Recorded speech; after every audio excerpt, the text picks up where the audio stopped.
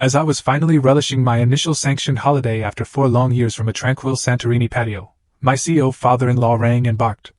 Do you believe you earned this enjoying holidays while everyone else hauls your burden? If indolence was a post name, you'd at last be fit, no need to return. I chuckled, ended the call, and tapped glasses with the individual next to me, the head of our primary competitor. Upon my return home, disorder ensued. You know those moments? Those gut punch moments where you realize someone you trusted, someone you loved, wasn't just working against you, but might have been trying to end you. What if the biggest betrayal of your life didn't just break you, but was actually the twisted gift that finally set you free? It all started on a Tuesday morning, in that sterile executive conference room.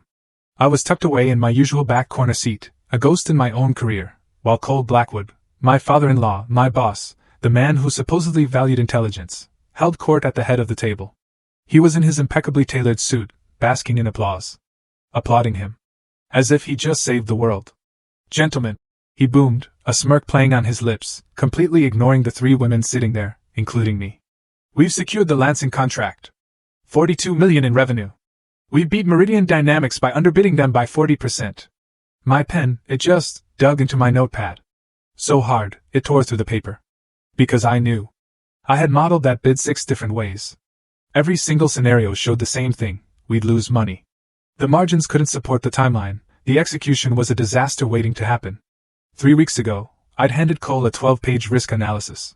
I'd walked him through every chart, every projection. He'd glanced at it for maybe 30 seconds, then tossed it onto his desk. You think too small, Avery. He'd scoffed. This is how you crush the competition. Now, he was standing there, soaking up praise for a decision that would bleed Blackwood Manufacturing dry. And my husband, Garrett, was across the table, giving me that look. Jaw tight, a tiny, almost imperceptible shake of his head. Don't question Dad. Not now, not ever. 4 years. 4 years of working 70-hour weeks, doing CFO-level strategy for a senior analyst's salary.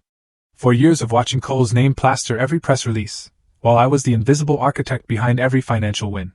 4 years of men taking credit for my work, me making myself smaller and smaller, hoping someone would finally see my value. That morning, watching Cole celebrate a contract that would ultimately prove I'd been right all along, it finally hit me. They did see my value. They just didn't want to pay for it. And then, when I finally took my first vacation in 4 years, 10 days, requested 4 months in advance, approved in writing, Cole Blackwood called me in Santorini and fired me. For abandoning my responsibilities. He truly thought he was ending my career. He had no idea he was actually setting me free. But I'm getting a little ahead of myself. Back in that conference room, I sat in silence as Cole finished his victory lap. Board members lined up, shaking his hand, clapping him on the shoulder. My analysis, the one showing we'd lose at least $3 million on this contract, was probably still on his desk, buried under golf magazines and those ridiculous industry awards with his name on them. Garrett caught my eye as everyone started to file out.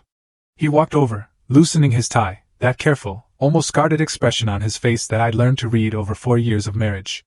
Don't, he said quietly. Don't what? I shot back. Don't start with the I told you so. Dad's happy. The board's happy. Just let it be. I closed my notepad, the torn page crinkling under my fingers. Garrett, we're going to lose money on this contract. Millions. The execution timeline alone. Avery. His voice dropped, a subtle warning. Dad's been doing this for 30 years. He knows what he's doing. I ran the numbers. My voice was a hushed, furious whisper. You ran projections. Dad operates in the real world. He glanced toward the door, where Cole was still schmoozing, then back at me. Look, I know you work hard. Everyone knows that. But you need to trust that the people with more experience know what they're doing. The people with more experience. Not him specifically. Not Cole. Just this vague, amorphous category of people who weren't me. I picked up my notepad and laptop. I have work to do, I said, but I was already walking out, past Cole and his admirers, past the conference room where I'd sat in the back corner for 4 years, waiting for someone to ask my opinion instead of just taking my work. My office was on the 3rd floor. A small, interior room with no windows, a desk barely big enough for my dual monitors. Senior financial analyst. That's what my business card said. That's what my $78,000 salary reflected, too, in a city where studio apartments started at $2,500 a month. I did CFO work. Built financial models that guided million-dollar decisions. Restructured supplier contracts. Identified cost savings. Projected growth scenarios. But the title stayed the same, and so did the pay. Because I wasn't a Blackwood by blood. I'd walked into that building 4 years ago as Garrett's fiancée, a Wharton MBA with a leather portfolio, and enough naivete to believe competence mattered more than last names. Cole had shaken my hand at our engagement dinner, that iron grip of his, and said, "We could use someone with your brain around here, Avery. This family values intelligence." I believed him. I believed that my financial acumen would be rewarded, that my strategic thinking would earn me a seat at the table. That eventually the work would speak for itself. It did speak. Just not in my voice.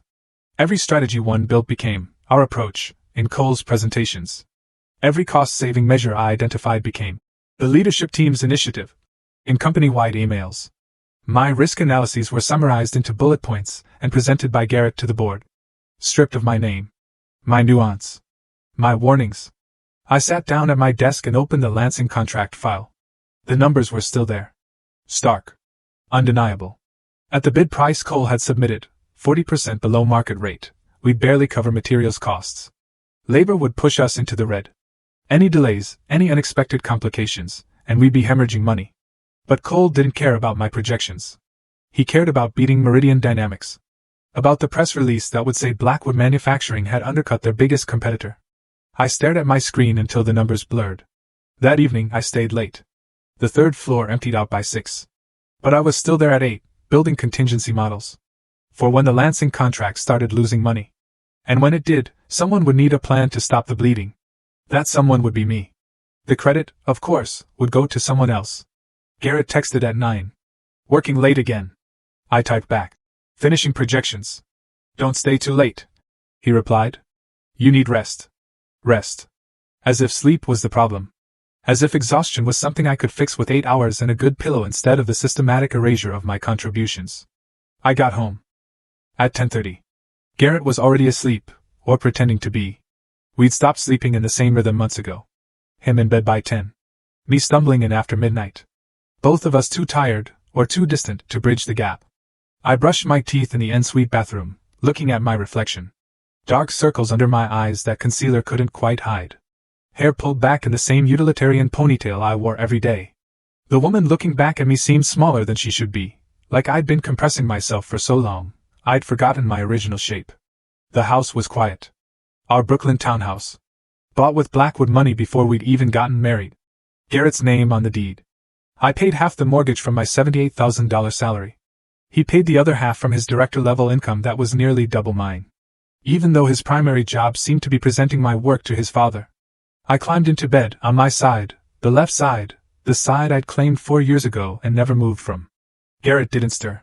Somewhere between our wedding and our second anniversary, we'd stopped being partners. We'd become roommates who shared a mortgage and occasional meals, and increasingly less conversation. I stared at the ceiling in the dark, thinking about the Lansing contract, Cole's dismissal of my analysis, and Garrett's warning not to make waves. For years, I'd given this family everything. 4 years of 70-hour weeks. 4 years of invisible labor. 4 years of watching my name disappear from my own work. And for what? The email arrived 3 weeks later. A Wednesday night. I was working from the kitchen island, laptop open, a mug of chamomile tea going cold beside me. Garrett was upstairs, watching something on his iPad. The sound of explosions and dramatic music filtering down through the ceiling. Subject line. Updated benefit information. I almost deleted it. Almost. But something made me pause. Maybe the timestamp, sent at 9:14 p.m., long after Margaret in HR usually went home. Maybe the small voice that had been whispering warnings I'd trained myself to ignore. I opened it. My life insurance policy had been increased. From $3 million to $18 million. Effective immediately. I read it 3 times.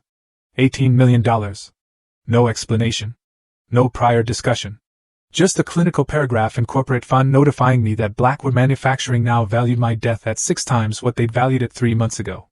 My hands were shaking as I opened my calendar, scrolling back through project completions and milestones. The policy increase was dated March 18th. March 18th was 3 days after I'd finalized the supplier contract renegotiations that saved Blackwood $6 million in annual costs. 3 days. The knot in my stomach that had been tightening for months suddenly had a shape. A name.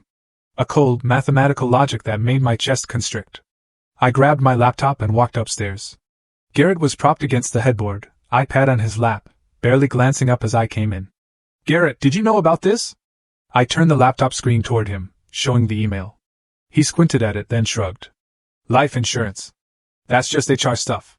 Standard benefits. My policy was increased to $18 million. Okay. He looked back at his iPad. That's good, isn't it? Means the company values you. Values me? The irony was so sharp, I almost laughed. Did anyone else get an increase? I don't know, Avery. I don't handle HR benefits. His tone was dismissive, distracted. If you're worried about it, talk to Margaret. So I did. The next morning, I went down to the third-floor HR office. A cramped room with filing cabinets and a desk where Margaret had sat for 23 years, watching Blackwood children grow into Blackwood executives. Margaret, I need to ask about my life insurance. She looked up from her computer, and something flickered across her face. Discomfort, maybe? Guilt. Your policy? She asked. Yes. Mr. Blackwood authorized the increase last month. Why?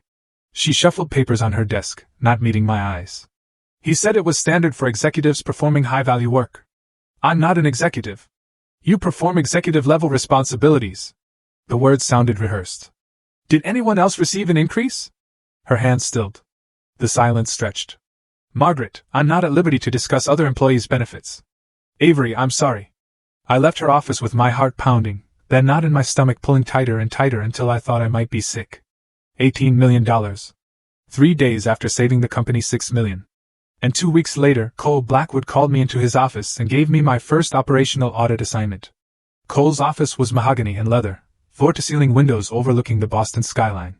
I stood in front of his desk on a Friday afternoon in late May, hands clasped in front of me, waiting while he finished an email. He didn't look up for 2 full minutes. When he finally did, his expression was neutral, businesslike. I need you to do a safety walkthrough at the Dunham facility. Tuesday evening, second shift. I frowned.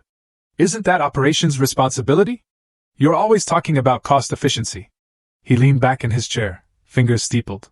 I want a financial perspective on whether we're overinvesting in safety protocols. Fresh eyes. Something about it felt wrong. But I said yes because that's what I always did. The Dunham plant was 30 years old.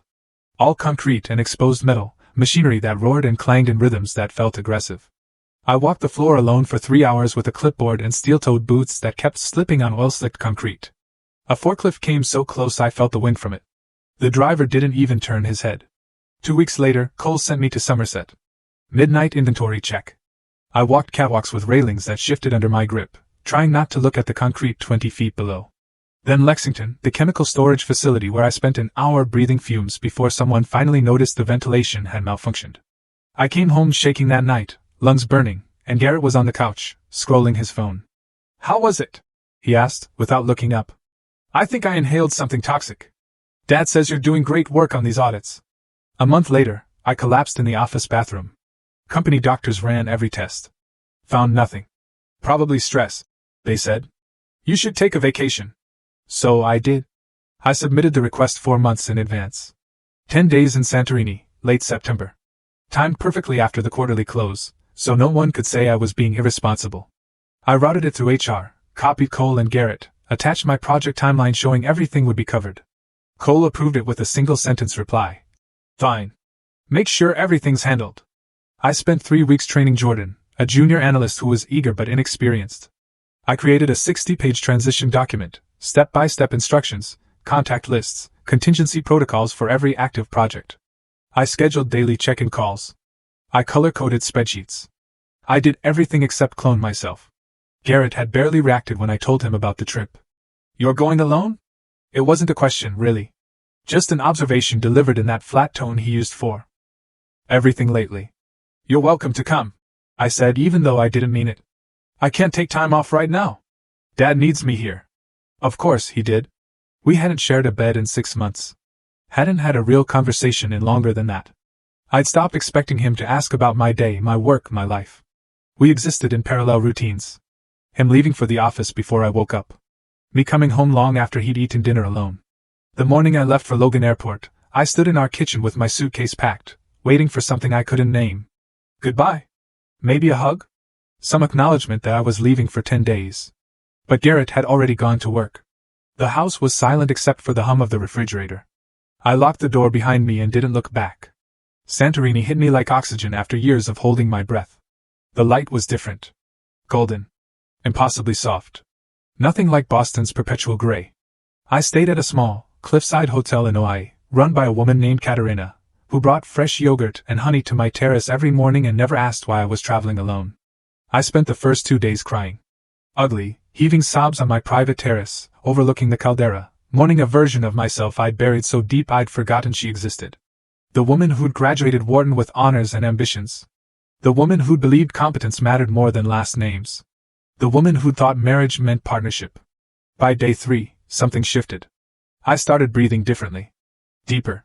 Slower. Like my lungs were remembering their actual capacity. I walked the narrow cobblestone streets with no destination. Ate grilled octopus at tiny tavernas where no one knew my name. Drank a Retsina that tasted like minerals and salt and freedom. I didn't check my work email, not once. Garrett sent one text on day 2. Hope you got there safe. I didn't respond. On day 4, I was sitting on the hotel terrace at sunset, watching the sky turn shades of amber and rose I didn't have names for. A glass of wine in my hand, when the woman at the next table turned to me. She was older, late 50s maybe, with silver-streaked auburn hair pulled into an elegant knot and oversized sunglasses that somehow made her look more sophisticated instead of hidden. You have the look of someone who just remembered she's allowed to exist, she said. I laughed, surprised by the sound of it. Is it that obvious? Only to someone who's been there. She gestured to the empty chair at her table. Join me. Her name was Wyatt Brennan, and she had the kind of presence that made you sit straighter without realizing it. Not intimidating, exactly, but commanding in a way that felt earned rather than performed. We talked about Greece, about travel, about the particular magic of Santorini light. Safe topics. Easy topics. Then my phone started buzzing on the table. Cole's name flashed across the screen. Once. Twice. 3 times. I ignored it. Wyatt raised an eyebrow. Someone's persistent. My father-in-law. CEO of the company I work for. I picked up my wine glass, watching the liquid catch the fading sunlight. He doesn't believe in boundaries. Family business, in-laws business, she observed. I just work there. The bitterness in my voice surprised me. The phone buzzed again. 4th call. Wyatt tilted her head. You going to answer that? Something in her tone, curiosity, maybe, or just the permission of a stranger who had no stake in my choices, made me pick up the phone. I probably should have let it go to voicemail. Hello? Do you think you deserve this? Cole's voice exploded through the speaker, so loud that Wyatt could hear it clearly. So loud that the couple 3 tables away turned to look. Taking vacations while others carry your weight. You've been gone 3 days and the Lansing contract is imploding because you weren't here to clean up the mess. 4 years of conditioning made me respond automatically, my voice steady even as my heart raced. Cole, I left a 60-page transition document. I trained Jordan for 3 weeks. Everything is covered. Jordan is incompetent. You're the one who runs the numbers. Avery, you're the CFO. Something cracked inside me. Something that had been bending for 4 years under the weight of invisible labor and stolen credit and salary reviews that never came. I'm the senior financial analyst who does CFO-level work for half the salary and 0 credit, I said, my voice colder than I'd ever heard it. And I'm on an approved vacation. Silence on the other end. The dangerous kind. Then his voice came back, quiet and venomous. If laziness were a job title, you'd finally be qualified. Don't bother coming back. You're fired. The line went dead. I sat there, holding my phone, staring at the darkening caldera, and felt something strange wash over me. Not devastation. Not fear. Relief. Then I started laughing. It started small, a shocked exhale, and built into something bigger, wilder, more liberating than anything I'd felt in 4 years. The kind of laughter that comes from a place so deep you'd forgotten it existed. Wyatt was watching me with an expression I couldn't quite read. She raised her wine glass, her lips curving into a knowing smile. To liberation, she said. I clinked my glass against hers, still laughing, feeling lighter than I had in years. To liberation. We ordered another bottle of wine and watched the sun finish setting, painting the white buildings of Hawaii in shades of pink and gold. And then I started talking. I told her things I'd never said out loud. How Cole dangled the CFO title like bait for 4 years, while taking credit for every strategy one built. How Garrett had slowly morphed from partner to puppet, echoing his father's dismissals. How I'd saved Blackwood $6 million in supplier negotiations and been told I was too emotional for leadership. How my life insurance policy had been increased to $18 million 3 days after that save. How Cole had started sending me on solo audits to facilities with broken equipment. How I'd collapsed from chemical fumes and been told to take a vacation. This vacation that he'd approved without hesitation after blocking my requests for 2 years. Wyatt listened without interrupting, sipping her wine, her expression shifting from curiosity to concern to something harder. When I finished, she was quiet for a long moment. Then she reached into her bag and pulled out a matte black business card.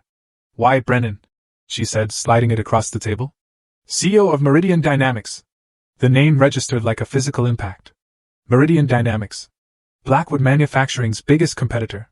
The company Cole had spent 5 years trying to crush, underbidding on contracts, poaching clients, bad-mouthing in industry circles. I heard the whole conversation, Wyatt said. And I'm going to make you an offer. We're opening a new East Coast division. We need a CFO who understands industrial manufacturing. Someone who knows the players, the pitfalls, how to build sustainable growth instead of reckless empire. She paused. Someone who actually takes vacations. I stared at the card. At the embossed logo. At the phone number that felt like a lifeline I hadn't known I needed. My phone buzzed on the table. Garrett. Dad's furious. What did you do? Not, are you okay? Not, what happened? Just, what did you do? Like I'd committed some unforgivable sin by answering my phone on my approved vacation. I picked up the phone, held the power button until the screen went dark, and looked at Wyatt. Tell me more.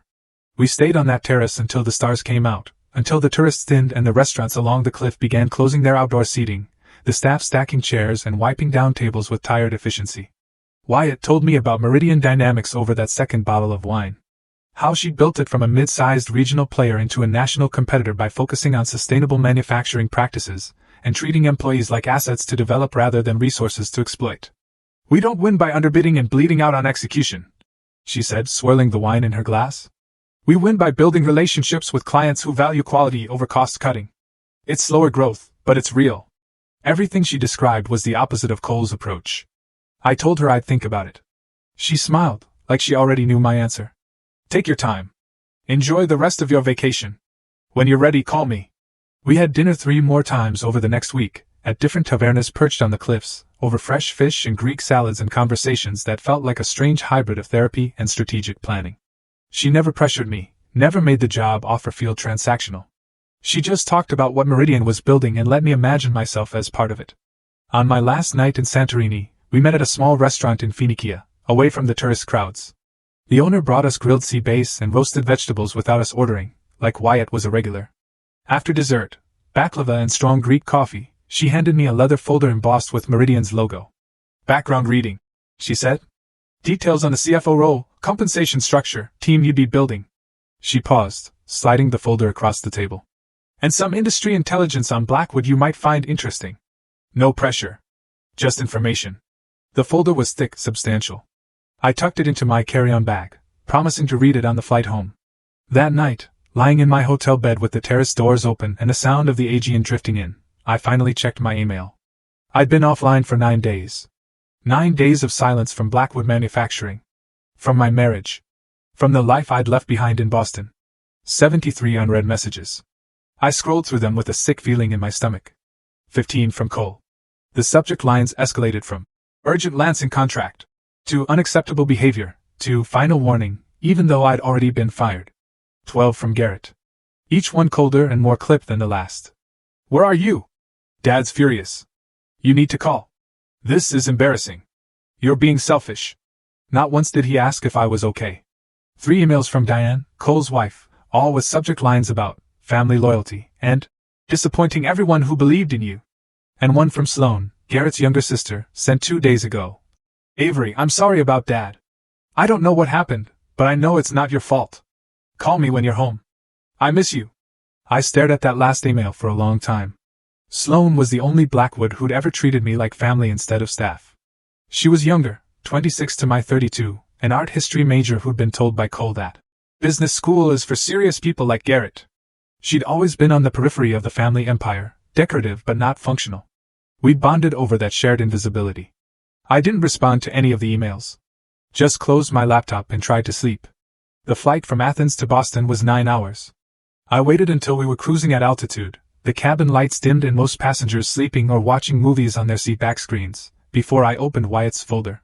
The first section was what I expected. Job description, salary range, equity package, benefits. All of it generous, professional, exactly what a CFO role should offer. The second section made my hands start shaking. It was a comprehensive analysis of Blackwood Manufacturing's financial health, compiled by Meridian's strategic intelligence team. Not corporate espionage. Everything was sourced from public filings, industry reports, supplier networks, and workforce data that any competent analyst could access. But put together, it was devastating. 9 contracts currently losing money. Not just Lansing. 8 others I'd flagged as risky over the past 2 years. Contracts Cole had pushed through despite my warnings. Underbidding to steal market share without regard for execution costs. Deferred maintenance creating OSHA violations across 4 facilities. Equipment breakdowns increasing. Safety incidents trending upward. Supplier contracts renegotiated at terms that squeezed smaller partners to breaking point. 3 had already gone under. 2 more were on the edge. Workforce turnover at 34%, double the industry average. Exit interview data showing employees leaving because of toxic leadership and unsustainable workload. Meridian's analysts had modeled Blackwood's cash flow based on these public indicators. Their projection: insolvency within 18 months unless the company secured a major capital infusion or drastically restructured operations. I was reading about the slow-motion collapse of the company I'd spent 4 years trying to save. Then I reached the appendix. Executive compensation and benefits. A breakdown of salary, bonuses, equity, and insurance policies for Blackwood's leadership team. My life insurance policy wasn't the only one that had been increased, but it was the largest, $18 million, up from $3 million, authorized by Cole Blackwood 9 months ago. I checked the date, March 18th. 3 weeks after I'd finalized the supplier contract renegotiations that saved Blackwood $6 million in annual costs. The same month Cole had started sending me on operational audits. My coffee cup sat untouched on the tray table, going cold while I stared at that date. I pulled out my phone, still in airplane mode, and opened my calendar, scrolling back through the past 9 months with trembling fingers. March 18th, life insurance increased. April 3rd, first operational audit, Dunham facility, evening shift, alone. April 17th, Somerset warehouse, midnight inventory, alone. May 8th, Lexington chemical plant, where the ventilation had malfunctioned. May 22nd, ER visit after collapsing in the office bathroom. Doctors found nothing. I cross-referenced each audit date with my work calendar. Every single one had been scheduled within 2 weeks of a major financial when I delivered for Blackwood. Dunham came after I'd identified cost savings in the production line. Somerset came after I'd restructured the logistics contracts. Lexington came after I'd caught an accounting error that would have triggered an audit. Each time I made the company money, Cole sent me somewhere dangerous. The pattern was there. Stark. Undeniable. And I couldn't believe I hadn't seen it before. Or maybe I had seen it. Maybe that knot in my stomach, that voice whispering warnings, had been seeing it all along. But 4 years of gaslighting had taught me not to trust my own instincts. I thought about true crime podcasts I'd listened to on my commute. Stories about life insurance policies and convenient accidents, about people who disappeared during routine work assignments. I thought about that forklift at Dunham, how close it had come, how the driver's face had been obscured by shadows and he never even turned his head. I thought about the railing at Somerset that had shifted under my grip while I stood alone on a catwalk 20 feet above concrete. I thought about breathing chemical fumes for an hour at Lexington while the ventilation system was malfunctioning, and how no one had noticed until I'd already collapsed. I thought about the ER doctors finding nothing wrong and telling me I just needed rest. Rest. A vacation. A vacation Cole had blocked for 2 years until suddenly, 4 months ago, he'd approved 10 days in Greece without hesitation. Almost eagerly. Like he wanted me gone. Or like he expected I wouldn't be coming back from one of those audits. And when that hadn't worked fast enough, he'd fired me instead. The plane hit turbulence, and my coffee cup rattled on the tray table. I grabbed it before it spilled, my hands shaking so badly I could barely hold it steady. Maybe I was paranoid. Maybe 4 years of psychological warfare had broken my ability to think rationally. Or maybe Cole Blackwood had increased my life insurance to $18 million, sent me on increasingly dangerous solo assignments, and then approved a vacation he'd been blocking for years because he was planning for me not to return from one of those audits. And when that hadn't worked fast enough, he'd simply fired me. The plane started its descent into Logan just after 11 p.m. I'd been planning to take an Uber back to Brooklyn, to the townhouse I shared with Garrett, to unpack and shower and figure out my next steps. But sitting in the terminal with my carry-on and Wyatt's folder, staring at my phone as it reconnected to the network and messages started flooding in, I couldn't make myself do it. I couldn't walk back into that house. That marriage. That life. Not knowing what I knew now. I booked a room at the Marriott connected to the terminal. Checked in at midnight with my suitcase and my leather folder full of truths I couldn't unknow. The room was generic. Beige walls, industrial carpet, a bed that smelled like industrial detergent. I sat on the edge of it, still in my travel clothes, and stared at the wall. My phone buzzed. Garrett. You land yet? We need to talk. Not I miss you. Not are you okay? Not welcome home. Just we need to talk. Like I was a problem to be managed instead of a wife returning from vacation. I typed back. I'm staying at a hotel tonight.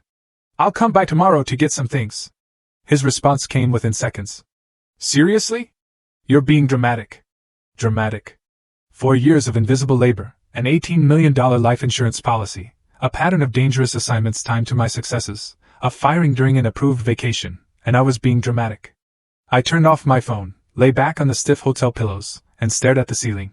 For the first time in 4 years, I felt something close to clarity. Cole Blackwood had fired me. Maybe he tried to kill me. Either way, I was done playing by his rules. I slept badly that night, waking every hour to stare at the hotel ceiling and listen to the muffled sounds of travelers wheeling luggage past my door. By 6 a.m., I gave up and took a shower that was too hot. Standing under the scalding water until my skin turned pink, and I felt almost human. I needed clothes, toiletries, my laptop charger. The basics of existing. Which meant going back to the townhouse. I arrived at 10 a.m., parking my rental car on the street because the driveway was full. 4 cars, Garrett's BMW, Cole's Range Rover, Diane's white Tesla, and Sloane's Audi. My stomach dropped.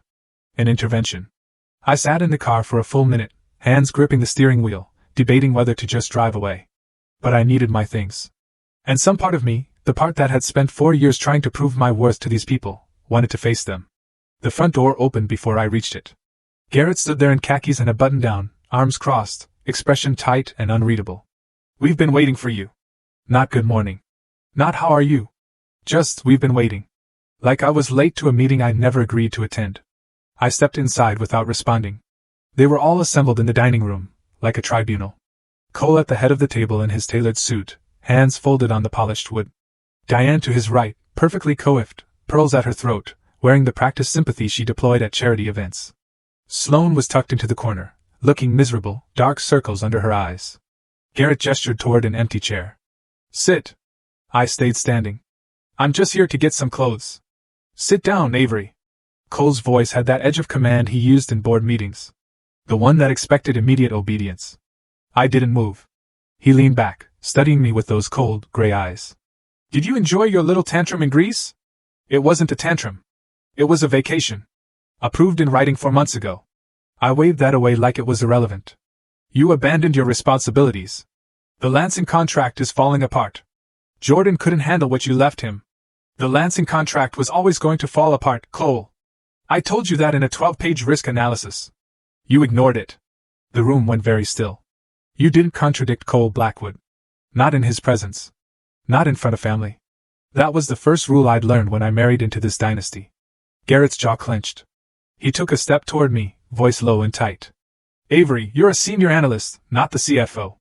You don't get to question executive strategy. There was 4 years of subtext finally spoken out loud. I looked at him. This man I'd married, who'd promised we'd be partners, who'd said his family's company needed fresh perspectives and that together we'd build something meaningful. The man who'd slowly transformed into his father's echo.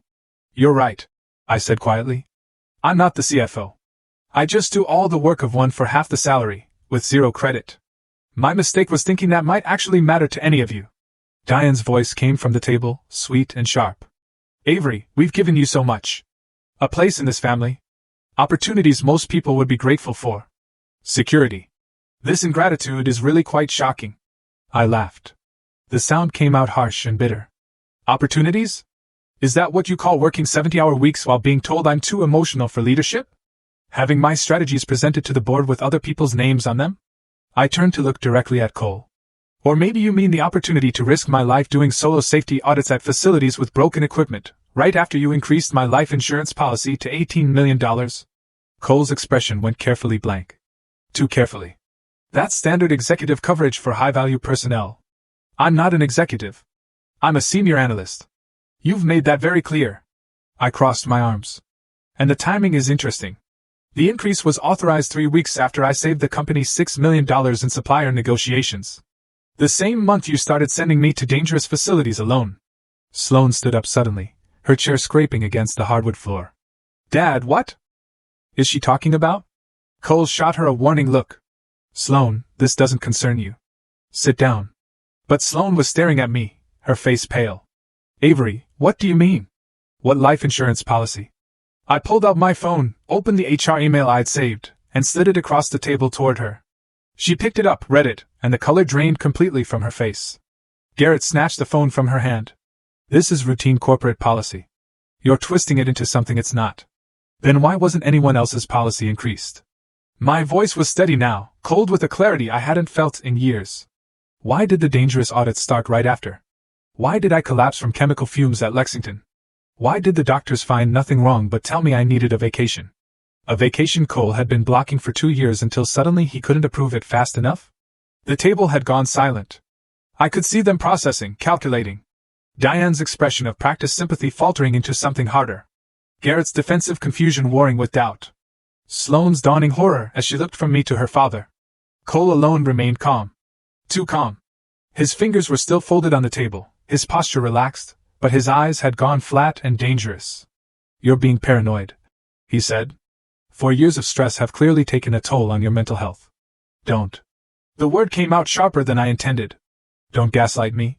Not now. I've spent 4 years doubting my own instincts because you convinced me I was too emotional, too cautious, too small-minded. But I'm done with that. I pulled Wyatt's folder from my bag and dropped it on the table. Meridian Dynamics did an analysis of Blackwood Manufacturing's financial health. 9 contracts losing money. OSHA violations across 4 facilities. Workforce turnover double the industry standard. Cash flow projections showing insolvency within 18 months. I looked at Cole. You're not building an empire.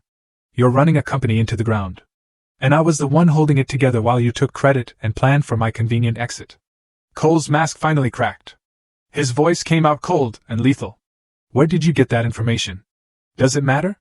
If you've been sharing confidential information with our competitors, everything in that folder is from public sources. Industry reports, supplier networks, workforce data. I met his gaze. You want to know what's really in there? The truth you've been hiding from your board, from your investors, from everyone. He stood slowly, both hands flat on the table. You're fired, Avery. That hasn't changed. He slid a stack of papers toward me. Separation agreement. Non-disclosure. Non-compete, covering 24 months and the entire industrial sector on the East Coast. Sign it, take your $60,000 severance, and disappear quietly. I picked up the papers. My hands were steady. Underneath the separation agreement were divorce documents. Garrett's signature already there, dated 3 days ago, while I'd still been in Santorini. My chest went hollow. I looked at Garrett. You filed for divorce while I was on vacation? He wouldn't meet my eyes. Dad said it was best to handle everything at once. Clean break. Everything at once. My job. My marriage. My entire life dismantled like a failed quarterly report. You signed these 3 days ago, I said, before I even came home. Avery, you'd already decided. All of you. I looked around the table. This isn't an intervention. This is an execution. Diane's voice was crisp. We're giving you a generous severance. Most people in your position would be grateful. $60,000, I said, setting the papers back down. For 4 years of CFO-level work, while you pay actual executives 4 times that as a starting bonus. Cole's patience was gone. You have 72 hours to sign. After that, we rescind the offer and make this very ugly for you. No severance. No recommendations. We'll make sure no one in this industry hires you. I picked up my purse. Looked at Garrett one last time. At this man who'd promised to be my partner, and had instead become my warden. You already made it ugly, I said. You just didn't expect me to survive it. Sloane stood up. Avery, wait.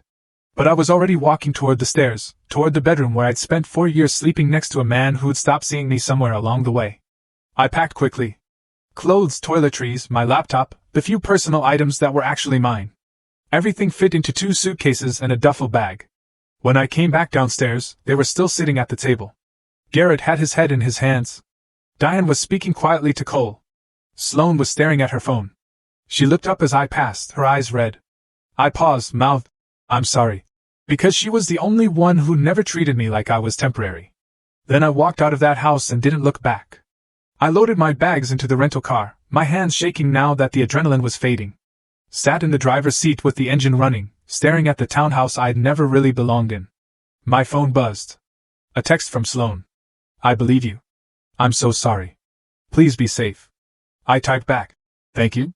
You too. Then I pulled Wyatt's business card from my wallet, stared at it for a long moment, and dialed. She answered on the second ring. Avery, how are you? That job offer, I said. Is it still available? Absolutely. When can you start? How soon can you get to New York? Wyatt's voice came through the phone, calm and steady, like she'd been expecting this call. Like she knew exactly how the intervention would go before I'd even walked through the door. I was sitting in my rental car outside the Brooklyn townhouse, bags packed in the trunk, hands still shaking from confrontation adrenaline. I need to handle some things first, I said. Sign the separation papers. Find a lawyer. Figure out where I'm staying. Don't sign anything without legal review. Cole will bury traps in that contract. She paused. And you don't need to figure out housing.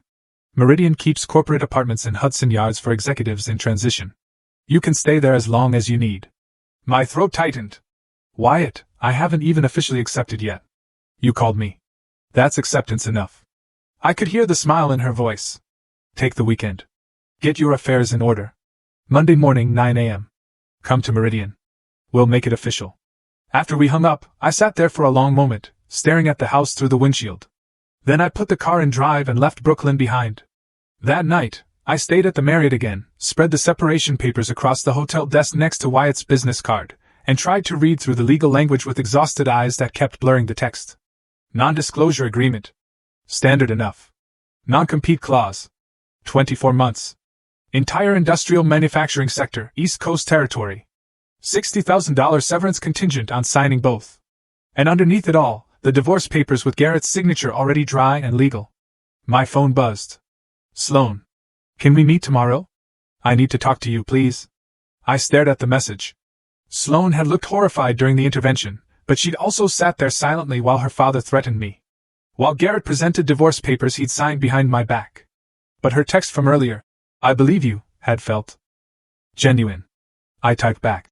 Coffee, 10 a.m. Cambridge. Her response came immediately. Thank you. I barely slept. The hotel air conditioning cycled on and off with mechanical precision, and every time I closed my eyes, I saw Cole's flat, dangerous expression when I'd mentioned the life insurance policy. By 9 a.m., I was showered and dressed, drinking bitter hotel coffee, and watching the minutes crawl toward 10. The coffee shop was near Harvard Square, tucked into a side street where tourists didn't usually wander. I got there early, ordered a latte I didn't really want, and sat in a corner booth with my back to the wall. Sloan arrived at exactly 10 a.m., wearing jeans and an oversized sweater, hair pulled back in a messy bun. She looked like she hadn't slept either. She slid into the booth across from me, her hands wrapped around a to-go cup she must have brought from somewhere else. Thank you for meeting me, she said quietly. You said you believe me. I do.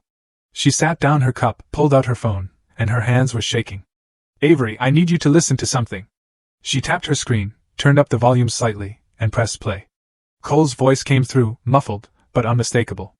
Insurance policy pays out to the company if something happens to her. $18 million. It solves our cash flow problem for the next 2 quarters while we restructure.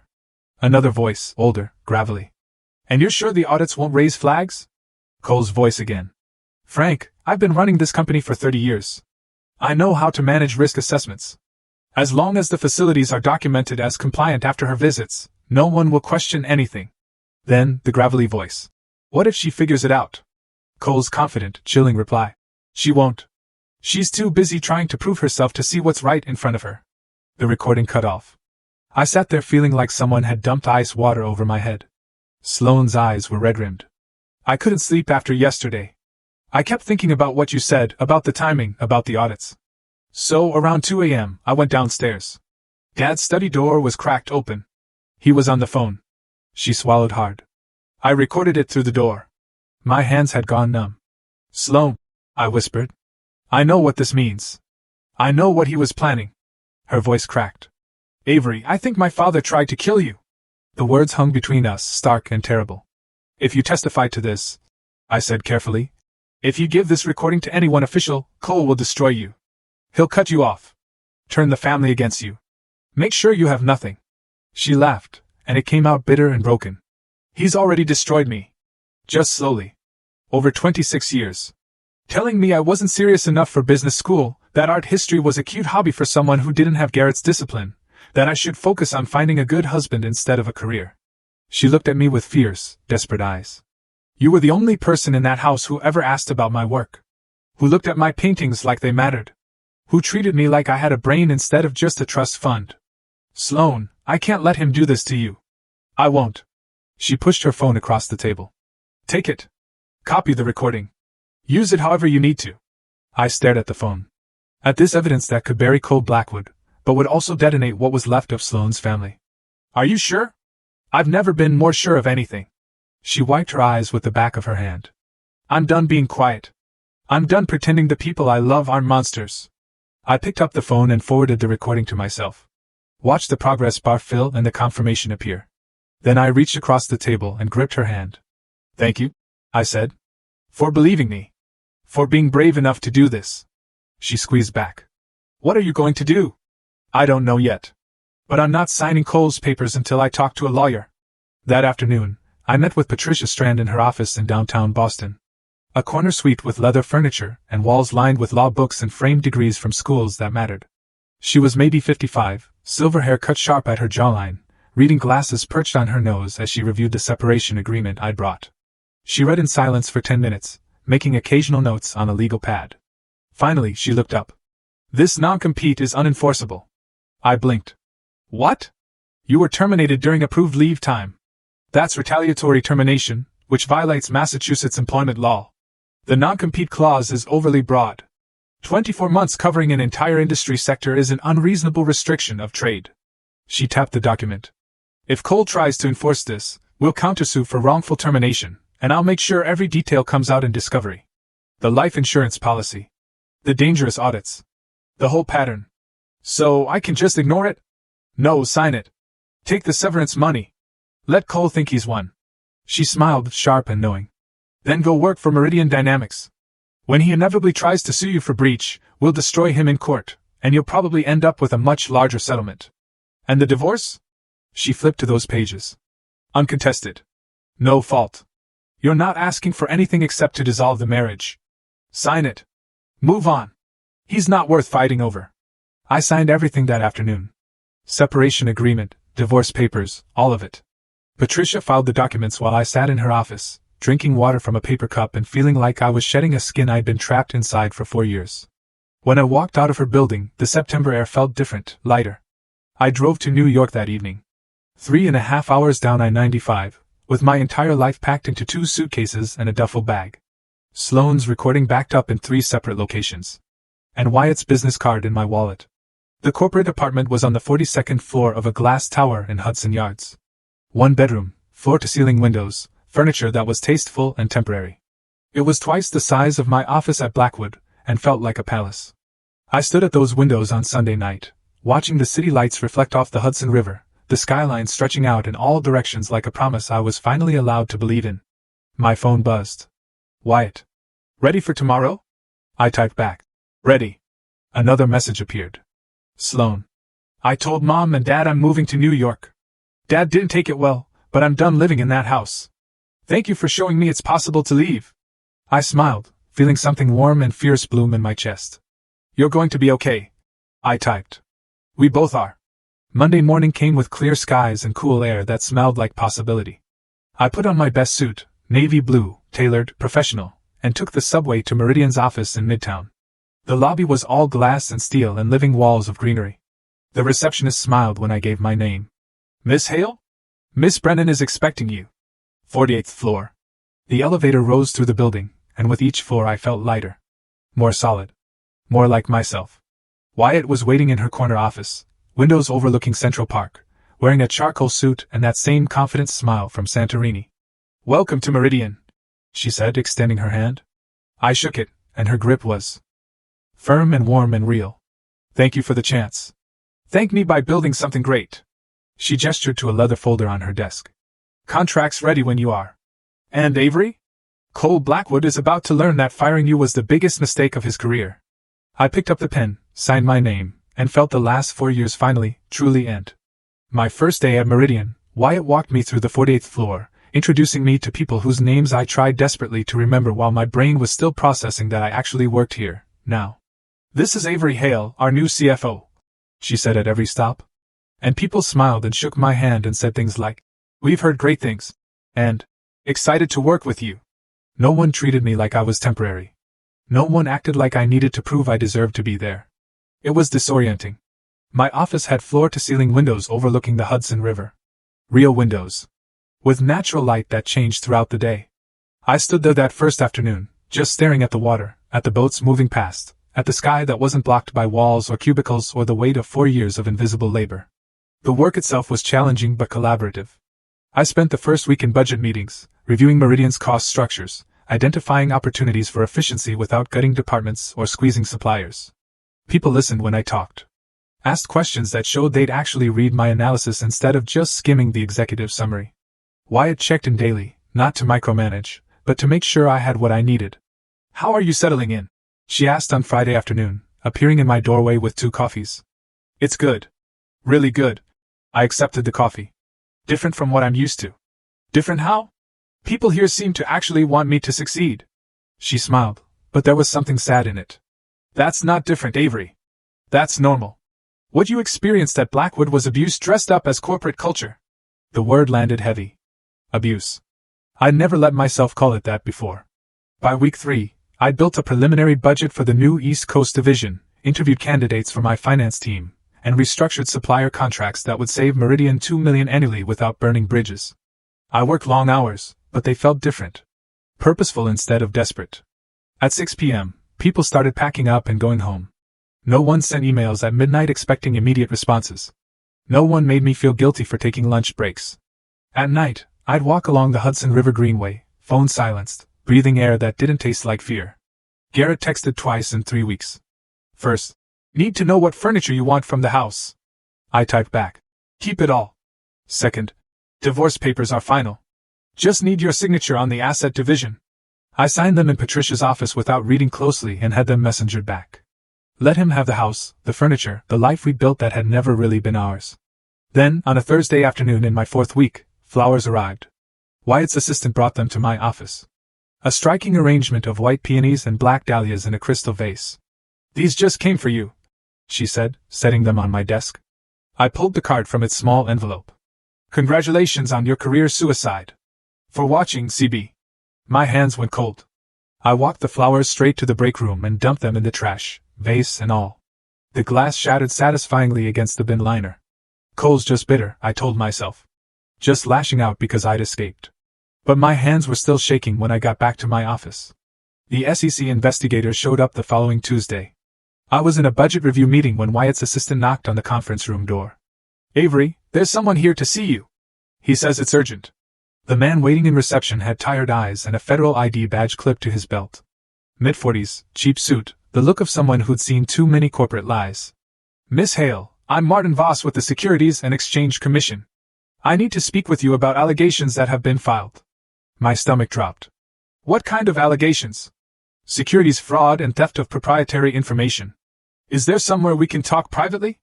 Patricia Strand arrived within 30 minutes of my call, striding into Meridian's conference room in a sharp suit and reading glasses, legal pad in hand. "My client won't be answering questions without counsel present," she said, sitting beside me. Voss nodded like he'd expected that. He slid a folder across the polished table. "Miss Hale, we're investigating a complaint filed by Blackwood Manufacturing, alleging that you illegally accessed and transmitted confidential company information to Meridian Dynamics prior to your employment here." He opened the folder and showed me printed emails from avery.hale@blackwood.com to w.brennan@meridiandynamics.com. Date, September 3rd. Subject, confidential financial projections. The preview text showed financial data, client lists, contract details. My mouth went dry. "I never sent these." Voss's expression didn't change. "According to Blackwood's ID department, these emails originated from your company account. The metadata shows they were sent from your IP address while you were still employed." "That's impossible. I never emailed Wyatt before I was fired. I met her in Santorini." Patricia put a hand on my arm. "We'll need to see the complete digital forensics. Email headers, server logs, authentication records, everything." Voss pulled out a notepad. "We're still gathering that information from Blackwood Systems. But Miss Hale, I need to ask, did you have any communication with Meridian Dynamics before your termination from Blackwood Manufacturing? No. I met Wyatt Brennan for the first time on September 18th in Santorini. Cole had already fired me by then. And you didn't discuss Blackwood's business operations with her?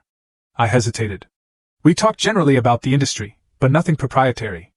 Nothing I wouldn't discuss at any industry conference. Patricia made a note. Agent Voss, my client is cooperating fully, but until we can examine the forensic evidence, she won't be making any further statements about these alleged emails. After Voss left, I sat in that conference room feeling like the air had been sucked out. Patricia was already on her phone. I'm calling a digital forensics expert. If those emails are fabricated, the metadata will prove it. Wyatt came in, closed the door, pulled out the chair across from me. This is Cole's move, she said quietly. Fabricated evidence to destroy your credibility and hurt Meridian. What if he's good enough to make it stick? What if email forensics don't lie, Avery? If he created these, the digital fingerprints will show it. She leaned forward. But I need you to be completely honest with me. Is there anything at all, that Cole could twist? Any emails, any conversations, any access to files that could be misinterpreted? I thought back through 4 years of work. Through every email I'd sent, every file I'd accessed, every conversation I'd had. Nothing. I never discussed Blackwood business with anyone outside the company. The only thing remotely close was our conversation in Santorini, and that was after I was fired. Wyatt nodded slowly. Then we fight. And we make sure Cole regrets starting this. But that night, alone in my corporate apartment, I couldn't stop thinking about those emails. About how real they looked. About Cole's resources and connections and his absolute certainty that he could destroy anyone who opposed him. My phone rang at 11 p.m. Sloan. I almost didn't answer. Avery, please. I need to see you now. Her voice was shaking. What's wrong? It's about Dad. About the SEC thing. I can't talk about this on the phone. Can you meet me? We met at a 24-hour diner in Chelsea, the kind of place with cracked vinyl booths and coffee that tasted like it had been sitting in the pot since dinner service. Sloan slid into the booth across from me, looking wrecked. Hair uncombed, mascara smudged, wearing sweatpants and an oversized hoodie like she'd left the house in a hurry. Are you okay? No. She pulled out her phone with trembling hands. I couldn't sleep tonight. I kept thinking about what he said at the townhouse, about Dad, about the emails the SEC mentioned. So I went to his study around midnight. The door was cracked open. She tapped her phone, pulled up a voice recording, turned the volume low. Listen. Cole's voice came through, muffled, but unmistakable. You're sure the emails look authentic? Another voice, older, nervous. Our IT officer created them with administrator access, backdated to early September. Used her IP address from when she was still working here, and the SEC won't detect the fabrication. Not without deep forensic analysis, which they won't do for a corporate espionage complaint. They'll see the emails, interview her, and even if they don't charge her, the investigation alone will destroy her reputation. A pause. She'll never work in this industry again. Cole's voice came back, cold and satisfied. Good. Make sure all the logs are clean. I don't want any trace leading back to us. The recording ended. I sat there feeling like someone had poured ice water through my veins. Sloane's eyes were red and swollen. He fabricated evidence. He's trying to frame you for a federal crime. My hands were shaking so badly I had to grip the edge of the table. Sloan, if you give this to anyone, if you testify, your father will destroy you. I know. Her voice cracked. But I can't watch him do this. Not to you. Not to anyone. She pushed her phone across the table. Take it. Copy the file. Use it however you need to. I stared at that phone. At the evidence that could save me and detonate what was left of Sloane's family. Are you absolutely sure? She wiped her eyes with the heel of her hand. I'm done being afraid of him. I'm done pretending he's someone he's not. I picked up the phone, forwarded the recording to myself and Patricia and Wyatt. Watched the files send and confirm. Then I reached across the table and gripped Sloane's hand. Thank you for being brave enough to do this. She squeezed back, and we sat there in that fluorescent-lit diner at midnight. Two women who'd escaped the same poison, holding on to each other while the evidence of Cole Blackwood's crimes lived in our phones like a loaded gun. I didn't sleep that night. Just lay in my corporate apartment staring at the ceiling. Sloane's recording playing on repeat in my mind. The investigation alone will destroy her reputation. She'll never work again.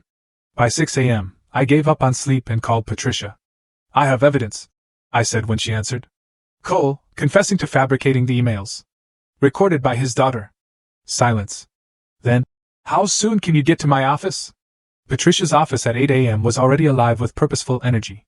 She had coffee brewing, her paralegal taking notes, and a digital forensics expert on video call within 15 minutes of my arrival. Sloane showed up at 8:30, looking exhausted, but determined. Patricia listened to the recording 4 times, her expression growing more severe with each playthrough. Finally, she sat down her phone and looked at both of us. This is conspiracy to commit fraud, obstruction of justice, and wire fraud. All federal crimes. Cole Blackwood just confessed to fabricating evidence in an active SEC investigation. She turned to Sloane. You understand what this means? Testifying against your father will destroy your relationship with your family, possibly permanently. Sloane's hands were folded tight in her lap, knuckles white. I'm already estranged. They just don't know it yet. The only question is whether I do the right thing or keep being silent like I've done my whole life. Patricia nodded slowly. Then we move fast. Before Cole realizes what we have. The next week was a blur of documentation and preparation. I compiled everything. 4 years of performance reviews showing exemplary work. The termination emails sent while I was on approved vacation. HR records of the life insurance increase dated 3 weeks after my supplier contract win. Safety audit assignments with dates that corresponded to every major financial contribution I'd made. Patricia hired a whistleblower protection attorney for Sloane. A woman named Rebecca Torres, who specialized in protecting witnesses in corporate fraud cases. Sloane gave a formal statement, had the recording authenticated by a digital forensics lab, signed affidavits about what she'd witnessed. I watched her do it with a mixture of gratitude and guilt. She was burning her family to the ground to save me. Are you sure? I asked her one afternoon in Patricia's conference room after she'd spent 3 hours being deposed by Rebecca. She looked at me with red-rimmed but clear eyes. I've never been more sure of anything. What he did to you, what he was planning to do, it's evil, and I won't be part of it. We presented everything to the SEC on a Thursday morning. Patricia had scheduled a meeting with Martin Voss and his supervisor, an agent named Sandra Pierce, who had 25 years of experience, and the kind of sharp, assessing gaze that missed nothing. The SEC's New York field office was all security checkpoints and beige walls and the particular smell of government buildings everywhere. We sat in a windowless conference room, me, Patricia, Sloane, Rebecca, and the 2 SEC agents. Patricia laid out the case like she was prosecuting it herself. She started with the fabricated emails, showing the forensic analysis that proved they were created with administrator privileges weeks after I'd left Blackwood. Backdated to look authentic, sent from IP addresses I'd never accessed. Then she played Sloane's recording. Cole's voice filled the room, cold and calculating, discussing the fabrication like it was a routine business transaction. When it finished, Pierce's jaw was tight with barely controlled anger. Miss Hale, she said, looking at me. I owe you an apology. You were never the subject of this investigation. You were the victim. She looked at Sloane. And Miss Blackwood, what you've done here took extraordinary courage. You're now a federal whistleblower, and we'll make sure you're protected. Voss was already on his phone. I'm calling the U.S. Attorney's Office. We need arrest warrants drawn up today. Patricia pulled out another folder. There's more. Evidence suggesting Cole increased Miss Hale's life insurance policy to $18 million, then systematically sent her on dangerous solo audits at facilities with safety violations. We believe this may constitute attempted harm or reckless endangerment. Pierce took the folder, scanned through it, and her expression darkened. We'll need to investigate this further, but if the pattern holds. She looked at me. Miss Hale, your former father-in-law may be facing additional charges beyond evidence fabrication. The words hung in the air. Attempted harm. Someone finally saying out loud what I'd been too afraid to name. The arrest happened on a Tuesday morning. I was in my office at Meridian, reviewing quarterly projections, when Wyatt appeared in my doorway. Face serious. Turn on the news. I pulled up CNBC on my computer. The headline was already scrolling. Breaking. Industrial CEO arrested on federal fraud charges. The footage showed Cole being walked out of Blackwood Manufacturing headquarters in handcuffs, flanked by federal agents, his face contorted with rage and disbelief. Behind him, through the glass walls, I could see employees standing frozen at their desks, watching their CEO being taken away. The news anchor's voice provided narration. Cole Blackwood, CEO of Blackwood Manufacturing, has been arrested and charged with conspiracy to commit fraud, obstruction of justice, and wire fraud. These charges stem from allegations that Blackwood fabricated evidence in an SEC investigation targeting a former employee. If convicted on all counts, he faces up to 20 years in federal prison. My phone started buzzing immediately. Reporters. Former colleagues. People I hadn't spoken to in months, suddenly wanting statements. One voicemail from Diane, Cole's wife, her voice dripping venom. You've destroyed this family. I hope you're proud of yourself, you ungrateful. I deleted it without listening to the rest. Another message, this one from someone at Blackwood's board. We'd like to discuss the circumstances of your departure. I forwarded that one to Patricia. The only call I answered was from Sloane. Are you okay? I asked. No. Her voice was thick. But I did the right thing. I know I did. You did. You absolutely did. Mom won't talk to me. Garrett called me a traitor. Dad's lawyer is trying to claim I fabricated the recording. She laughed, bitter and broken. But I'd do it again. I'd do it 1,000 times. The trial lasted 4 weeks. I didn't attend. Patricia said I didn't need to. My deposition and documentation were entered as evidence, and my presence in the courtroom might turn media attention on me instead of on Cole's crimes. But Patricia sent me daily updates. Sloane testified for 6 hours over 2 days. Patricia said she was extraordinary. Calm. Detailed. Unflinching.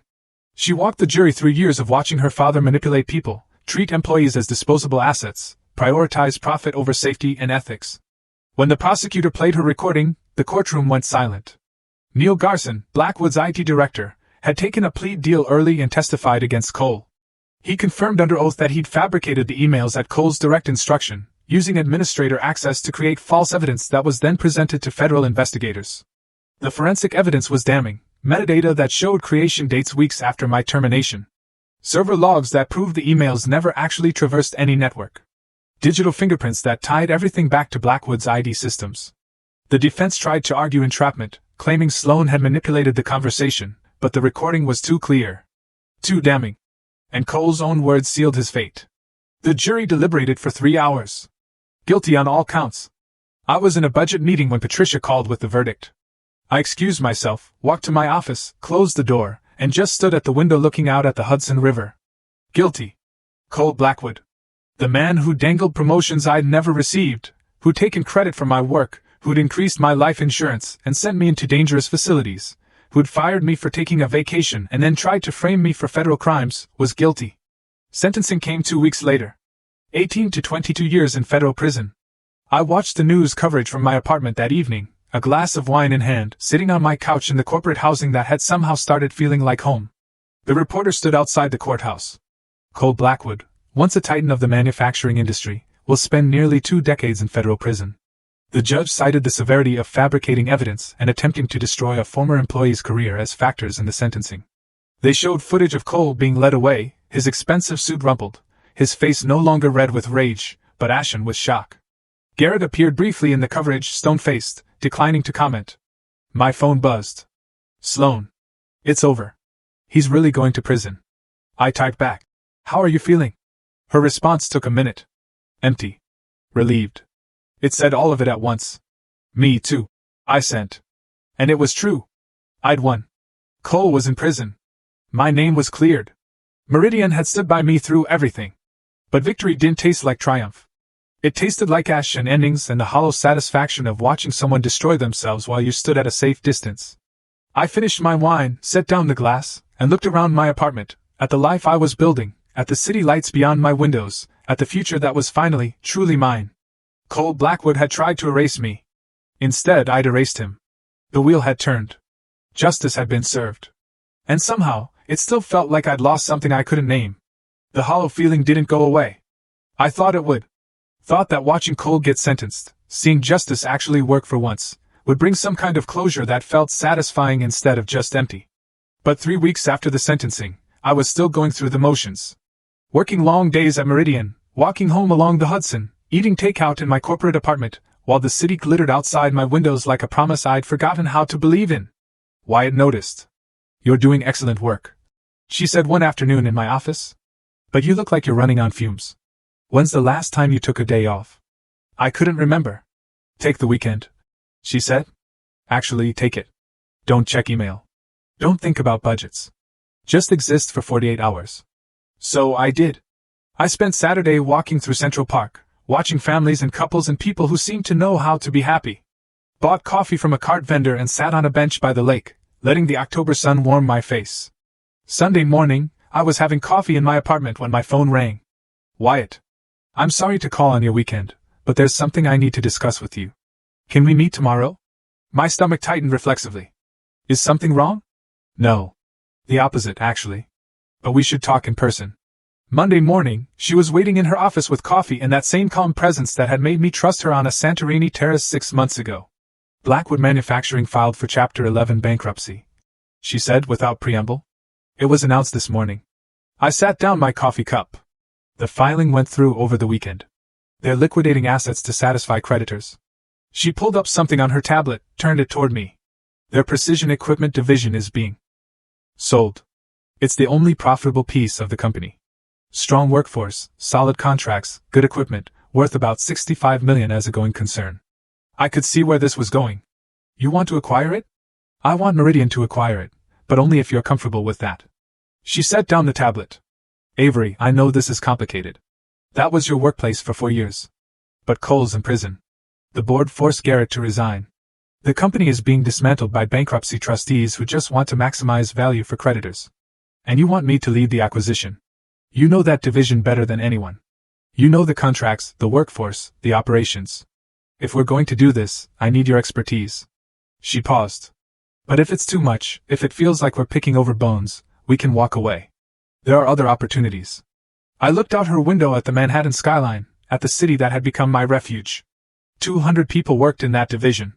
Good people who'd just been trying to do their jobs while Cole played power games with their livelihoods. What are you offering them? I asked. Full employment guarantees. No layoffs. No restructuring that cuts staff.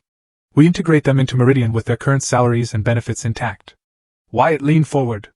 I'm not interested in gutting a company for parts, Avery. I want to build something sustainable. But I need to know the numbers work. I thought about Jordan, the junior analyst I trained. About Margaret in HR. About the line workers and technicians and project managers who never had a say in Cole's destructive decisions. I'll do it, I said. But I want it in writing that we're protecting jobs.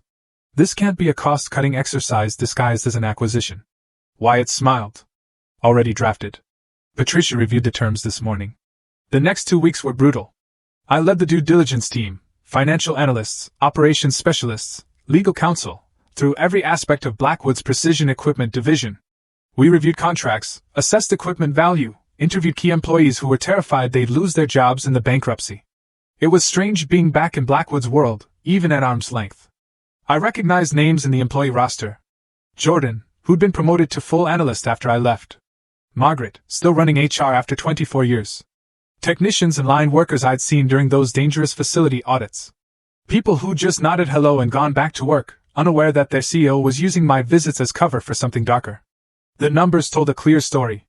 The division was profitable, well run at the operational level, dragged down only by Cole's reckless corporate strategy and the bankruptcy of the parent company. In a normal sale, it would be worth $65 million. In bankruptcy liquidation, with creditors pushing for fast resolution, we could get it for $42 million. Wyatt presented the acquisition to Meridian's board on a Thursday afternoon. I sat beside her, walking them through the financial analysis, the integration timeline, the employment guarantees. The board voted unanimously to approve. We submitted our bid that Friday. $42 million. Full employment protection. 90-day integration period. 3 weeks later, the bankruptcy court accepted our offer. Blackwood Manufacturing's most valuable asset, the division I'd helped build with 4 years of invisible labor, was now part of Meridian Dynamics. The night the deal closed, I was in my apartment finishing paperwork when my phone buzzed. Sloan. I saw the news about the acquisition. You saved 200 jobs. Thank you for that. I typed back. How are you doing? Better. I moved to New York last month. Working at a gallery in Chelsea. Trying to figure out who I am when I'm not a Blackwood. Want to get coffee this weekend? I'd love that. We met at a small cafe in the West Village on Saturday afternoon. Sloan walked in looking completely different. Hair cut short and dyed auburn, wearing jeans and a vintage leather jacket. No trace of the careful polish the Blackwood family required. She looked lighter, younger, free. You look good, I said as she slid into the seat across from me. I feel like I'm becoming a real person. She smiled, but it was tinged with sadness. Mom won't talk to me. Garrett sends occasional texts asking if I'm okay, but he won't meet in person. Dad's attorney tried to get me to recant my testimony. Said I'd been manipulated. I'm sorry. Don't be. I chose this. She wrapped her hands around her coffee cup. Are you happy, Avery? Really happy? I thought about that question. About the work I was doing, the team I was building, the apartment that had stopped feeling temporary. Getting there, I said. One day at a time. Me too. She looked out the window at people passing by. I keep thinking about what you said that day at the townhouse. About how they saw your value, but didn't want to pay for it. That's been true my entire life. They saw me, but only as decoration. As someone to marry off strategically, or trot out at charity events. What are you going to do now? I'm taking art classes at SVA. Painting again. The gallery job doesn't pay much, but I don't need money. I have my trust fund, and unlike Dad, I can't take that away. I'm just trying to figure out who I am when I'm not performing for an audience. We sat there for 2 hours, talking about New York and art and the strange relief of starting over. When we finally left, she hugged me tight on the sidewalk. Thank you, she said, for showing me it was possible to leave. You did that yourself. We did it together. Walking home through the village as afternoon turned to evening, I thought about everything that had happened in 6 months. Cole was in federal prison in Pennsylvania, appeals denied, facing 18 years behind bars. Blackwood Manufacturing had collapsed under the weight of his ego and fraud, liquidated in bankruptcy. Garrett had fled to Portland, trying to escape the family name. Diane had retreated into bitter silence. And I was the CFO of a growing company, living in a city I loved, with a bank account that proved my worth in numbers Cole could never manipulate. I'd won. But it didn't feel like victory. It felt like survival, like I'd been drowning for 4 years and finally reached the surface. Gasping and exhausted. Grateful to be alive, but not quite sure what to do with the air in my lungs. That evening, I stood at my apartment window, watching the sun set over the Hudson, the sky turning shades of orange and pink that reminded me of Santorini. My phone buzzed. A message from Wyatt. Integration meeting at 9 a.m. tomorrow. You did incredible work on this acquisition. Thank you. I smiled. Typed back. Thank you for believing in me. Her response came quickly. You made it easy. I set down my phone and looked around my apartment, at the furniture I'd chosen, the books on the shelf, the life I was building that belonged only to me. Cole Blackwood had tried to erase me. He'd fired me, framed me, maybe even tried to kill me. And instead I'd survived. Built something better. Turned his weapons into my armor. I thought about revenge, about what it's supposed to feel like when the villain finally falls. The movies make it look triumphant, satisfying, clean. But real revenge is messy. It's watching someone destroy themselves while you stand at a safe distance. It's winning, but still feeling the weight of everything you lost along the way. It's building a new life and realizing the old one left scars that don't just disappear because justice was served. But standing there in my apartment with the city lights beginning to glow, and the evening air cooling through my open window, I realized something else. The best revenge isn't destruction. It's building something better from the ashes. It's walking away free. And it's waking up every morning and choosing yourself over the people who tried to make you small. Cole had wanted me to disappear. Instead, I'd made him irrelevant. And that, finally, slowly, painfully, was starting to feel like enough. Music swells dramatically, then softens. So, what do you think? If you'd been in my shoes, would you have been brave enough to expose your past, to dismantle an empire, to burn a bridge you once thought was your only way forward? Have you ever had a moment where losing everything actually set you free? Tell me your thoughts. I really want to hear your perspective down in the comments.